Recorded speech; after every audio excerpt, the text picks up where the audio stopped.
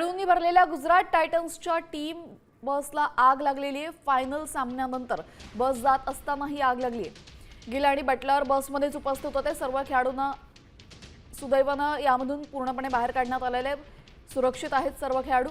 Short सर्किटमुळे आग लागल्याचा अंदाज असून अग्निशामक दलाकडून आगीवर तात्काळ नियंत्रण मिळवलं गेलेले आहे। आपल्यासोबत आमचे प्रतिनिधी विशाल चवणे जोडले गेलेले। विशाल, अधिकची माहिती।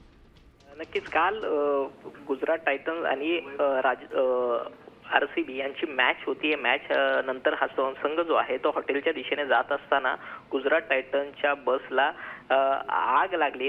या दरम्यान या बसमध्ये संपूर्ण टीम होती। महत्त्वाचं म्हणजे ही जी आग जी लागलेली आहे ती बसमध्ये शॉर्ट सर्किट झाल्यामुळे ही आग लागल्याची प्राथमिक माहिती जी आहे ती समोर आलेली आहे। जेव्हा गाडीतून धूर यायला लागला त्यावेळेस संपूर्ण टीम जी आहे ती बसच्या खाली उतरली। सुदैवाने कोणत्याही खेळाडूला जे आहे किंवा टीमचे जे मेंबर्स आहेत त्यांना कोणत्याही स्वरूपाची इजा झालेली नाही। सर्व टीम जी आहे ती सुखरूप आहे। मात्र ह्या आगीवरती तात्काळ नियंत्रण जे आहे ते मिळवण्यात आलेलं आहे। जी, धन्यवाद विशाल, आपण दिलेल्या सविस्तर माहितीसाठी।